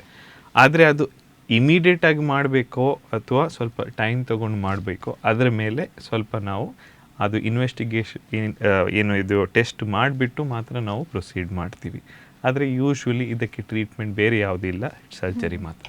ಅಕಸ್ಮಾತಾಗಿ ಅದು ಬೇಗನೆ ಗೊತ್ತಾಗದೆ ಲಾಸ್ಟ್ ಸ್ಟೇಜ್ ತನಕ ತಲುಪಿದ್ರೆ ಅದೇನಾದರೂ ಎಫೆಕ್ಟ್ ಆಗುವಂಥ ಚಾನ್ಸಸ್ ಇರುತ್ತೆ ಹೇಗೆ? ಸರ್ಜರಿದು ಏನು ಅಳವಂತ ಏನು ಹೇಳ್ತೀವೋ ಅಥವಾ ಸರ್ಜರಿದು ಮ್ಯಾಗ್ನಿಟ್ಯೂಡ್ ಸ್ವಲ್ಪ ಜಾಸ್ತಿ ಆಗ್ಬೋದು. ಇವಾಗ ಸರ್ಜರಿ ಇಮಿಡಿಯೇಟಾಗಿ ಮಾಡದೆ ಸ್ವಲ್ಪ ಡಿಲೇ ಆದರೆ ಅಥವಾ ಸರ್ಜರಿ ಅವರಿಗೆ ಒಂದು 20 ವರ್ಷದಿಂದ ಇದು ಹರ್ನಿಯ ಅವರಿಗೆ 20 ವರ್ಷ ಹಿಂದೆಯಿಂದ ಸ್ಟಾರ್ಟ್ ಆಗಿದೆ, ಅವರದು ನಿಗ್ಲೆಕ್ಟ್ ಮಾಡಿ ಮಾಡಿ ಮಾಡಿ ಮಾಡಿ ಅದರದ್ದು ಸೈಜ್ ದೊಡ್ಡದಾಗಿರ್ಬಹುದು. ಸೈಜ್ ದೊಡ್ಡದಾಗುವಾಗ ಡಿಫೆಕ್ಟು ದೊಡ್ಡದಾಗುತ್ತೆ, ತೂತು ದೊಡ್ಡದಾಗುತ್ತೆ. ತೂತು ದೊಡ್ಡದಾಗಿರೋದ್ರಿಂದ ಕರಳು ಹೊರಗೆ ಬರುವ ಸಾಧ್ಯತೆ ಇದೆ, ಫ್ಯಾಟ್ ಹೊರಗೆ ಬರುವ ಸಾಧ್ಯತೆ. ಕರಳು ಮಾತ್ರ ಅಲ್ಲ, ಕರಳು ಎಳೆದು ಅದರ ಒಟ್ಟಿಗೆ ಬೇರೆ ಆರ್ಗನ್ಸ್ ಬರುವ ಸಾಧ್ಯತೆ ಇದೆ. ಸೊ ಅದು ಆಗಿರೋದ್ರಿಂದ ಆ ಸರ್ಜರಿದು ಏನಂತ ನಾವು ಸೀರಿಯಸ್ನೆಸ್ ಸ್ವಲ್ಪ ಜಾಸ್ತಿ ಆಗ್ಬೋದು. ನಾವು ಸಿಂಪಲ್ ಒಂದು ಚಿಕ್ಕ ಇನ್ಸಿಷನ್ ಮಾಡುವ ಸರ್ಜರಿ ಬಿಟ್ಟು ದೊಡ್ಡ ಸರ್ಜರಿ ಮಾಡಬೇಕಾಗುತ್ತೆ. ಸೊ ಆ ಒಂದು ಪ್ರಾಬ್ಲಮ್ ಮಾತ್ರ. ದಟ್ಸ್ ವೈ ವಿ ಅಡ್ವೈಸ್, ನೀವು ಎಷ್ಟು ಬೇಗ ಆಗುತ್ತೋ ಅಷ್ಟು ಬೇಗ ಅದು ಸರ್ಜರಿ ಮಾಡಿ ಆ ಡಿಫೆಕ್ಟ್ ಕ್ಲೋಸ್ ಮಾಡಿಸಿ, ಅಷ್ಟೇ ಟ್ರೀಟ್ಮೆಂಟ್. ಅದ್ರ ಮೇಲೆ ಯೂಶ್ವಲಿ ನಾವು ಒಂದು ಮೆಶ್ ಅಂತ ಹಾಕ್ತೀವಿ, ಅದು ಎಡಿಷ್ನಲ್ ನಿಮಗೆ ಬೆನಿಫಿಟ್. ಸೊ ಅದು ಎಷ್ಟು ಬೇಗ ಮಾಡ್ತೀವೋ ಅಷ್ಟೇ ಬಾಡಿಗೆ ಒಳ್ಳೆಯದು. ಹೆಲ್ದಿ ಇರುವಾಗ ಆ ಹರ್ನಿಯದ ಸರ್ಜರಿ ಮಾಡೋದ್ರಿಂದ ರಿಸಲ್ಟ್ ನಮಗೆ ಅಷ್ಟು ಒಳ್ಳೇದು ಸಿಗುತ್ತೆ. ಏಜ್ ಜಾಸ್ತಿ ಆಗ್ತಾನೆ ನಿಮ್ಮದು ಹರ್ನಿಯದ ರಿಸ್ಕು ಜಾಸ್ತಿ ಆಗುತ್ತೆ, ಬೇರೆ ಕಾಯಿಲೆಗಳು ಬರುತ್ತೆ, ಹೀಲಿಂಗ್ ಪವರು ಸ್ವಲ್ಪ ಬಾಡಿಯಲ್ಲಿ ಕಡಿಮೆ ಆಗುತ್ತೆ. ಸೊ ಆ ಒಂದು ದಿಕ್ಕಿನಲ್ಲಿ ನೋಡುವಾಗ ನಾವು ಎಷ್ಟು ಬೇಗ ಆಗುತ್ತೋ ಅಷ್ಟು ಬೇಗ ಹರ್ನಿಯದ ಸರ್ಜರಿ ಅಡ್ವೈಸ್ ಮಾಡ್ತೀವಿ. ಓಕೆ, ಅಕಸ್ಮಾತಾಗಿ ಇವರು ಟ್ಯಾಬ್ಲೆಟಲ್ಲೇ ಕಡಿಮೆ ಮಾಡಿ ಅಂತ ಹೇಳಿದರೆ ಆ ಥರ ಏನಾದರೂ ಆಪ್ಷನ್ ಇದೆಯಾ ಹೇಗೆ? ಟ್ಯಾಬ್ಲೆಟಲ್ಲೇ ಕಡಿಮೆ ಮಾಡಬೇಕಂದ್ರೆ ತುಂಬ ಪೇಷಂಟ್ಸ್ ಕೇಳ್ತಾರೆ. ಅನ್ಫಾರ್ಚುನೇಟ್ಲಿ ಇಷ್ಟರವರೆಗೆ ಅಂಥ ಒಂದು ಟ್ರೀಟ್ಮೆಂಟ್ ಕಂಡು ಬಂದಿಲ್ಲ. So as of now madam, ನಾವು ಯೂಶ್ವಲಿ ನಾವು ಅಡ್ವೈಸ್ ಮಾಡುವ ಪಾತ್ವೇ ಸರ್ಜರಿನೇ. ಅದು ಟೈಮಿಂಗ್ ಮಾತ್ರ ಸ್ವಲ್ಪ ಬೇರೆ ಇರಬಹುದು, ಅದು ವಿನ ಬೇರೆ ಟ್ರೀಟ್ಮೆಂಟ್ಸ್ ಅಂತ ಇವಾಗಷ್ಟು ಇಲ್ಲ. ಓಕೆ, ಇವಾಗ ಅಕಸ್ಮಾತಾಗಿ ಅವರಲ್ಲಿ ಶುಗರ್ BP ಎಲ್ಲ ಇದ್ದರೆ ಅದೆಷ್ಟು ಡಿಫಿಕಲ್ಟ್ ಆಗಿರುತ್ತೆ ಅಂತ? ಡಯಾಬಿಟಿಕ್ಸ್ ಯೂಶ್ವಲಿ ನಮಗೆ ಮೇನ್ ಪ್ರಾಬ್ಲಮ್ ಇರುತ್ತೆ. ಶುಗರ್ ಬಾಡಿಯಲ್ಲಿ ಜಾಸ್ತಿ ಇರೋಗಿ ನೀವು ಕೇಳಿರಬಹುದು, ಶುಗರ್ ಇರುವ ಪೇಷಂಟ್ಸಿಗೆ ಇನ್ಫೆಕ್ಷನ್ ಜಾಸ್ತಿ ಬೇಗ ಬರುತ್ತೆ, ಚರ್ಮ ರೋಗ ಬೇಗ ಬರುತ್ತೆ, ಉಗುರು ಇನ್ಫೆಕ್ಟ್ ಆಗುವ ಒಂದು ಏನು ಪ್ರಾಬ್ಲಮ್ ಇದೆ. ಸ್ವಲ್ಪ ಏನಾದರೂ ಬಾಡಿಯಲ್ಲಿ ಇಮ್ಯುನಿಟಿ ತುಂಬ ಕಡಿಮೆ ಇರುತ್ತೆ ಶುಗರ್ ಎಷ್ಟು ಜಾಸ್ತಿ ಇರುತ್ತೆ. ಶುಗರ್ ಕಂಟ್ರೋಲಲ್ಲಿ ಇದ್ದರೆ ನಮಗೆ ಆಲ್ಮೋಸ್ಟ್ ನಿಯರ್ ನಾರ್ಮಲ್ ಅಂತ ಹೇಳೋಕ್ಕಾಗಲ್ಲ. You still have the risk. ಇವಾಗ ಮುಂದೆ ಹೋಗಿ ಇನ್ಫೆಕ್ಷನ್ ಆಗುವ ಚಾನ್ಸಸ್ ಇದೆ, ಆದರೆ ನಿಯರ್ ನಾರ್ಮಲ್ ನಾವು ಒಂದು ಪೇಷಂಟ್ಸಿಗೆ ಕೊಡುವ ಒಂದು ಸೇಫ್ಟಿ ಅಷ್ಟೇ ಜಾಸ್ತಿ ಇರುತ್ತೆ. ಸೊ ಡಯಾಬಿಟಿಕ್ಸಲ್ಲಿ ನಾವು ಶುಗರ್ ಕಂಟ್ರೋಲ್ ಮಾಡಿಸಿ, ಯೂಶ್ವಲಿ ಕೆಲವು ಸತಿ ನಾವು ಇವಾಗ ಅಡ್ಮಿಟ್ ಮಾಡ್ತೀವಿ ಆಪ್ರೇಷನಿಗೆ ಅಂತ, ಆದರೆ ಅವ್ರ ಶುಗರ್ ತುಂಬ ಜಾಸ್ತಿ ಇರುತ್ತೆ. The safest surgeon is the one surgeon ಯಾರು ಅವರಿಗೆ ಕಂಪ್ಲೇಂಟ್ ಇಲ್ಲದೆ ಒಂದು ಸೇಫ್ ಸರ್ಜರಿ ಅವರಿಗೆ ಮಾಡಿ ಕೊಡ್ಬೋದು. ಸೊ ನಾವು ಶುಗರ್ ಕಂಟ್ರೋಲ್ ಮಾಡಿಯೇ ಅವರಿಗೆ ಒಂದು ಅವರ HbA1c ಲೆವೆಲ್ಸ್ ಅಂತ ನೋಡ್ತೀವಿ. ಯೂಶ್ವಲಿ ಲಾಸ್ಟ್ 3 ಮಂತ್ಸಲ್ಲಿ ಅವರ ಶುಗರ್ ಕಂಟ್ರೋಲ್ ಹೇಗೆ ಇತ್ತು, ಚೆನ್ನಾಗಿತ್ತು. ಇವಾಗ ಶುಗರ್ ನಾರ್ಮಲ್ ಇರಬಹುದು, ಆದರೆ ಲಾಸ್ಟ್ 3 ಮಂತ್ಸಲ್ಲಿ ಹೇಗೆ ಇತ್ತು, ದಟ್ ಒಂದು ರಿಫ್ಲೆಕ್ಷನ್. ಅದು ನಿಮ್ಮ ರಿಸಲ್ಟ್ಸ್ ಹೇಗಿರುತ್ತೆ, ಇನ್ಫೆಕ್ಷನ್ ಆಗುವ ಚಾನ್ಸಸ್ ಎಷ್ಟು ಕಡಿಮೆ ಇರುತ್ತೆ. ಸೊ ಅದು ಒಂದು ಮೇನ್ ಥಿಂಗ್ ಇಸ್ ಡಯಾಬಿಟಿಸ್ ನಮಗೆ. ಸೊ ಶುಗರ್ ಕಂಟ್ರೋಲ್ ಮಾಡಿನೇ ನಾವು ಅದರದ್ದು ಟ್ರೀಟ್ಮೆಂಟ್ ನಡೆಸ್ತೀವಿ. ಎರಡನೇದು ಒಂದು ಹೈಪರ್ ಟೆನ್ಷನ್ ಅಂದರೆ BP ಸಂಬಂಧಪಟ್ಟದ್ದು. ನಾವು ನಮಗೆ ಡೈರೆಕ್ಟಾಗಿ ಸರ್ಜರಿಗೆ ಏನು ಎಫೆಕ್ಟ್ ಇಲ್ಲ, ಆದರೆ ಸರ್ಜರಿ ಸಮಯದಲ್ಲಿ ನಾವು ಅನೆಸಿಸಿಯಾ ಕೊಡ್ತೀವಿ. ಅದು ಜನರಲ್ ಅನೆಸಿಸಿಯಾ ಆಗಿರ್ಬೋದು, ಅದು ಸ್ಪೈನಲ್ ಅನೆಸಿಸಿಯಾ ಆಗಿರ್ಬೋದು. ಯೂಶ್ವಲಿ ಅದರಲ್ಲಿ ಬಿ ಪಿ ವೇರಿಯೇಷನ್ಸ್ ಬರುವ ಸಾಧ್ಯತೆ ತುಂಬ ಜಾಸ್ತಿ. ಸೊ ಆ ಬಿ ಪಿ ವೇರಿಯೇಷನ್ ಬರುವಾಗ ಹಾರ್ಟ್ ಮೇಲೆ ಇಫೆಕ್ಟ್ ಆದರೆ ಸರ್ಜರಿ ಎಷ್ಟು ಚೆನ್ನಾಗಿ ಮಾಡಿದರೂ ಕೂಡ ಪೇಷಂಟ್ ಹೊರಗೆ ಬರುವಾಗ ಈ ಶುಡ್ ಬಿ ದ ಸೇಮ್. ಅಂದರೆ ಹೇಗೆ ಆಪ್ರೇಷನ್ ಥಿಯೇಟರ್ ಒಳಗೆ ಹೋಗಿದ್ದಾರೋ ಹಾಗೆ ಹೊರಗೆ ಬರಬೇಕು, ಸೇಫ್ಟಿ. ಸೊ ಆ ಸೇಫ್ಟಿಗೋಸ್ಕರ ಬಿ ಪಿನೂ ಚೆನ್ನಾಗಿ ಕಂಟ್ರೋಲ್ ಇರಬೇಕು. ಈ ಎರಡು ಪ್ರಾಬ್ಲಮ್ ಯೂಶ್ವಲಿ ನಮಗೆ ತೊಂದರೆ ಕೊಡುತ್ತೆ. ಮೂರನೇದು, ಒಂದು ಹಾರ್ಟ್ ಡಿಸೀಸ್ ಇರುವ ಪೇಷಂಟ್. ಒಂದು ಹಾರ್ಟ್ ಡಿಸೀಸ್ ಅಂದರೆ ಅವರಿಗೆ ಮುಂಚೆ ಏನು ಹಾರ್ಟ್ ಅಟ್ಯಾಕ್ ಆಗಿರಬಹುದು, ಅಥವಾ ಅವರು ಯಾವುದೋ ಒಂದು ಕಾರಣಕ್ಕೆ ಮುಂಚೆ ಸ್ಟ್ರೋಕ್ ಆಗಿರಬಹುದು ಅವರಿಗೆ. ಸೊ ಅದರಿಂದ ಬ್ಲಡ್ ಥಿನ್ನರ್ಸ್ ಅಂತ ಒಂದು ಮಾತ್ರೆ ಇದೆ, ಕ್ಲೋಪಿಡೋಗ್ರೆಲ್ ಅಂತ ಒಂದು ಟ್ಯಾಬ್ಲೆಟ್ ಅಥವಾ ಈಕೋಸ್ಪ್ರಿನ್ ಅಂತ ಒಂದು ಟ್ಯಾಬ್ಲೆಟ್, ಅದು ಬ್ಲಡ್ ತೆಳ್ಳು ಮಾಡೋಕ್ಕೆ, ಬೇಸಿಕಲಿ ಅದು ಕ್ಲಾಟ್ ಆಗದಿರೋ ಆ ಟ್ಯಾಬ್ಲೆಟ್ ಇರೋರಿಗೆ ನಾವು ಆ ಟ್ಯಾಬ್ಲೆಟ್ ನಿಲ್ಲಿಸ್ತೀವಿ. ಒಂದು 5-6 ದಿನ ನಿಲ್ಲಿಸಿ ಅದಾದ ನಂತರ ನಾವು ಆಪ್ರೇಷನ್ ಮಾಡ್ತೀವಿ. ಯಾಕೆಂದರೆ ಆಪ್ರೇಷನ್ ಮಾಡುವಾಗ ನಮಗೆ ಬ್ಲೀಡಿಂಗ್ ಬೇಡ. ಆ್ಯಸ್ ಎ ಸರ್ಜನ್ ನಮಗೆ ಬ್ಲೀಡಿಂಗೇ ಬೇಡ. ಎಷ್ಟು ಬ್ಲೀಡಿಂಗ್ ಕಡಿಮೆ ಇರುತ್ತೆ ಅಷ್ಟೇ ನಮಗೆ ಒಳ್ಳೆಯದು.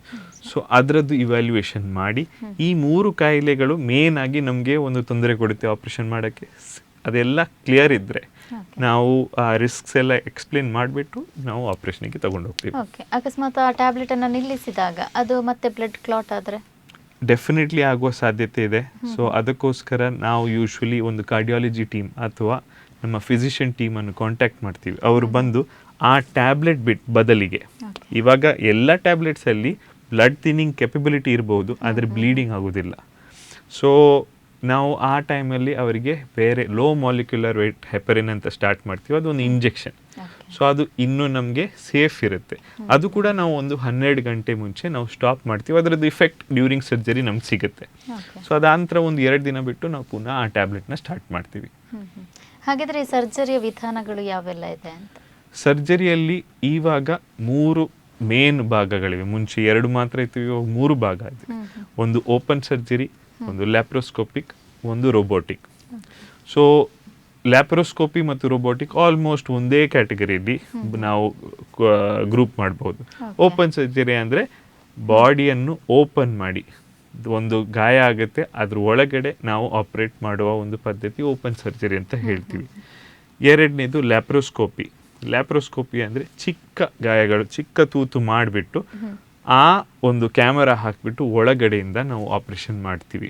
Basically that is called minimally invasive. ಅಂದರೆ ಬಾಡಿಗೆ ಜಾಸ್ತಿ ಗಾಯ ಆಗದೆ ನಾವು ಮಾಡುವ ಒಂದು ಸರ್ಜರಿ ಲ್ಯಾಪ್ರೋಸ್ಕೋಪಿ. ಮೂರನೇದು ರೋಬೋಟಿಕ್. ರೋಬೋಟಿಕ್ದು principles almost the same as laparoscopy. ಸಾಧಾರಣ ಮಟ್ಟಿಗೆ ಇವಾಗ ಇಂಥ ಒಂದು ಇಕನಾಮಿಕ್ ಪಾಪ್ಯುಲೇಷನ್ ಇರುವಾಗ ನಾವು usually open and laparoscopy advise ಮಾಡ್ತೀವಿ.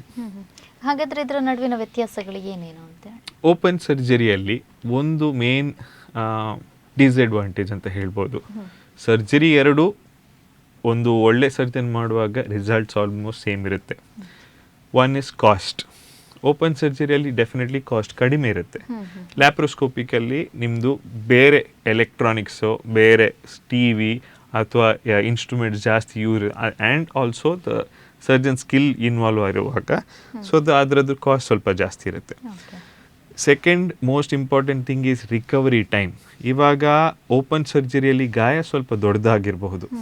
ದೊಡ್ಡದಾಗಿದ್ದರಿಂದ ಇವಾಗ ನೋವು ಜಾಸ್ತಿ ಇರಬಹುದು.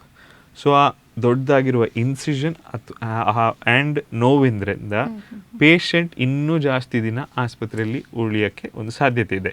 ಇವಾಗ ಲ್ಯಾಪ್ರೋಸ್ಕೋಪಿಯಲ್ಲಿ ಪೇಷಂಟ್ ಡ್ಯೂರೇಷನ್, ಇವಾಗ ಆಸ್ಪತ್ರೆಯಲ್ಲಿರುವ ಡ್ಯೂರೇಷನ್ ಚಿಕ್ಕದಾಗಿರುತ್ತೆ, ಯೂಶ್ವಲಿ 2 to 3 days. ಓಪನ್ ಸರ್ಜರಿಯಲ್ಲಿ ಸ್ವಲ್ಪ ಒಂದು 4 to 5 ದಿನ ಆಗಬಹುದು. ಇನ್ಫೆಕ್ಷನ್ ಚಾನ್ಸಸ್ ಸಾಧಾರಣ ಮಟ್ಟಿಗೆ ಓಪನಲ್ಲಿ ಸ್ವಲ್ಪ ಜಾಸ್ತಿ ಇರುತ್ತೆ. ಅಂದರೆ ಇವಾಗ ಗಾಯ ದೊಡ್ಡದಿರೋದ್ರಿಂದ ಇನ್ಫೆಕ್ಷನ್ ಆಗೋ ಚಾನ್ಸಸ್ ಸ್ವಲ್ಪ ಜಾಸ್ತಿ ಇರುತ್ತೆ.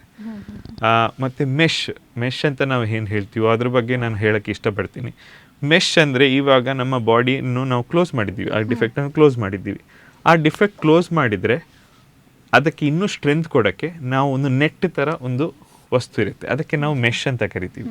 ಆ ಮೆಶ್ ಅಂತ ಇರೋದು ನಮ್ಮ ಬಾಡಿ ಮೇಲೆ ಹಾಕಿದಾಗ ಅದು ಬಾಡಿಯಲ್ಲಿ ಇರದೇ ಇರುವ ಒಂದು ಇದು ಏನು ಫಾರಿನ್ ಬಾಡಿ ಅಂತ ನಾವು ಹೇಳ್ತೀವಿ. ಬಾಡಿಯಲ್ಲಿ ಅದು ಇರಲಿಕ್ಕಿಲ್ಲ. ಸೊ ಬಾಡಿ ಏನು ಮಾಡುತ್ತೆ, ಇದು ಫಾರಿನ್ ಬಾಡಿ, ನಾವು ಇದಕ್ಕೆ ರಿಯಾಕ್ಷನ್ ಕೊಡಬೇಕು.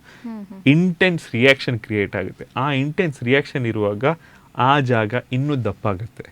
ಸೊ ನಾವು ಮಾಡುವ ಡಿಫೆಕ್ಟ್ ಅಲ್ಲಿ ಜಾಗ ಆ ಮೆಶ್ ಹಾಕಿದ್ರಿಂದ ಇನ್ನೂ ಗಟ್ಟಿ ಆಗುತ್ತೆ. ಸೊ ಅದಕ್ಕೆ ನಾವು ಮೆಶ್ಶಿಂದ ರೀಇನ್ಫೋರ್ಸ್ ಮಾಡ್ತೀವಿ. ಅದು ಎರಡು ನಾವು ಲ್ಯಾಪ್ರೋಸ್ಕೋಪಿಯಲ್ಲೂ ಮಾಡ್ತೀವಿ, ಓಪನಲ್ಲೂ ಮಾಡ್ತೀವಿ. ಸೊ ಆ ಮೆಶ್ ಇದು ಕಾಸ್ಟ್ ಸ್ವಲ್ಪ ಡಿಫ್ರೆನ್ಸ್ ಇರ್ಬೋದು ಅಷ್ಟೇ ವಿನ ಬೇರೆ ಮೇಜರ್ ಆಗಿ treatment wise both are very safe and very good. Okay, ಇವಾಗ ಸರ್ಜರಿ ಆದ ನಂತರ ವ್ಯಕ್ತಿಯ ಒಂದು ಜೀವನ ಶೈಲಿ ಯಾವ ರೀತಿ ಇರುತ್ತೆ, ಯಾವಾಗ ಚೇತರಿಸಿಕೊಳ್ತಾರೆ? ಓಪನ್ ಸರ್ಜರಿಯಲ್ಲಿ ಸ್ವಲ್ಪ ಸಮಯ ಜಾಸ್ತಿ ಆಗ್ಬೋದು ವಿನ ದ ಡ್ಯೂರೇಷನ್ ಬಾಡಿದ healing duration 1 to 2 to 3 weeks ಆಗೇ ಆಗುತ್ತೆ. ಸೊ ನಾವು ಏನು ಹೇಳ್ತೀವಿ, ಪೇಷಂಟಿಗೆ ಆಪ್ರೇಷನ್ ಆಗಿದೆ, ನೀವು ಇನ್ನೂ ಒಂದು ನೆಕ್ಸ್ಟ್ ಏನೋ ಒಂದು ಜಾಗ್ರತೆ ಮಾಡಬೇಕಂದ್ರೆ ಮುಕ್ಕಬಾರ್ದು ಯಾವುದೇ ಒಂದು ಕಾರಣಕ್ಕೆ. ಅದು ಕಾನ್ಸ್ಟಿಪೇಷನ್ ಆಗಿದ್ರೆ ನಾವು ಅದಕ್ಕೆ ಟ್ರೀಟ್ಮೆಂಟ್ ಕೊಡ್ತೀವಿ, ಪ್ರಾಸ್ಟೇಟ್ ತೊಂದರೆ ಇದ್ದರೆ ಅದಕ್ಕೆ ಟ್ರೀಟ್ಮೆಂಟ್ ಕೊಡ್ತೀವಿ. ಇವಾಗ ಕಾನ್ಸ್ಟಿಪೇಷನ್ ಒಂದು ನಾವು ಅವರಿಗೆ ಡಯಟ್ ಹೇಳ್ತೀವಿ, ಫೈಬರ್ ಇದ್ದು ಊಟ ಜಾಸ್ತಿ ಮಾಡಬೇಕು ನೀವು, ಮತ್ತು ಹೆಲ್ತ್ ಅಂದರೆ ಶುಗರ್ ಎಲ್ಲ ಕಂಟ್ರೋಲಲ್ಲಿ ಇಡಬೇಕು ನೀವು. ಸೊ ಅದೆಲ್ಲ ಚೆನ್ನಾಗಿ ಕಂಟ್ರೋಲಲ್ಲಿ ಇಟ್ಟಿದ್ರೆ ಒಂದು 2 to 3 weeks ಯೂಶ್ವಲಿ ನಾವು ಹೇಳ್ತೀವಿ ಲೈಟ್ ಆ್ಯಕ್ಟಿವಿಟಿ ಮಾಡಿ, ನಿಮ್ಮ ಮನೆಯಲ್ಲಿರುವ ಕೆಲಸ ಮಾಡಿ, ಹೆವಿ ವರ್ಕ್ ಅಥವಾ ಸ್ಟ್ರೆನ್ಯೂಯಸ್ ಆ್ಯಕ್ಟಿವಿಟಿ ಮಾಡಬೇಡಿ ಅಂತ ಹೇಳ್ತೀವಿ, ಅದು ಮೇನ್. ಸೊ ಬಟ್ ಅರೌಂಡ್ 3 monthsಲ್ಲಿ ಒಂದು ಪೇಷಂಟ್ ಹೇಗೆ ಮುಂಚೆ ಇದ್ರೋ ಅದೇ ಒಂದು ಫುಲ್ ಒಂದು ಫಂಕ್ಷನಾಲಿಟಿಗೆ ಅವರು ಬರ್ತಾರೆ. ಅಂದ್ರೆ ಮುಂಚಿನ ಕೆಲಸ ಕಾರ್ಯಗಳು ಆ ಥರ ಎಲ್ಲ ಮಾಡ್ಬೋದು. ಎಸ್. ಓಕೆ, ಹಾಗಿದ್ರೆ ಈ ಹರ್ನಿಯ ಪದೇ ಪದೇ ಕಾಣಿಸಿಕೊಂಡ್ರೆ, ಅಕಸ್ಮಾತ್ ಸರ್ಜರಿ ಆದಮೇಲೆ ಕೂಡ ಮತ್ತೆ ಕಾಣಿಸಿಕೊಳ್ಳುತ್ತೆ ಅನ್ನೋದಾದ್ರೆ ಅದು ಯಾಕೆ ಅಂತ? ಸಾಧಾರಣ ಮಟ್ಟಿಗೆ ಹರ್ನಿಯ ರಿಕರೆನ್ಸ್ ಅಂತ ನಾವು ಏನು ಹೇಳ್ತೀವೋ ಅದು ಆಗೋ ಒಂದು ಮೇನ್ ಕಾರಣ ವೇಟ್.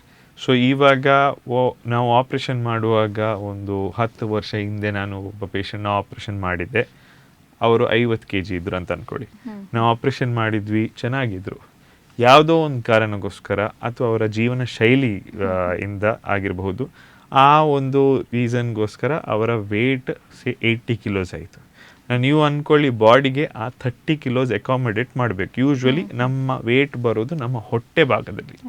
ಸೊ ನಾನು ಅಲ್ಲೇ ಆಪ್ರೇಷನ್ ಮಾಡಿದ್ದೀನಿ, ಹೊಟ್ಟೆ ಭಾಗದಲ್ಲಿ ಇನ್ನೂ ವೇಟ್ ಜಾಸ್ತಿ ಆಗಿದೆ. ಅಂದರೆ ಮಾಡುವ ಮೆಶ್ ಅಥವಾ ಮಾಡಿರುವ ರಿಪೇರ್ ಇನ್ನೂ ಓಪನ್ ಆಗ್ಬೋದು. ಸೊ ಅದು ಒಂದು.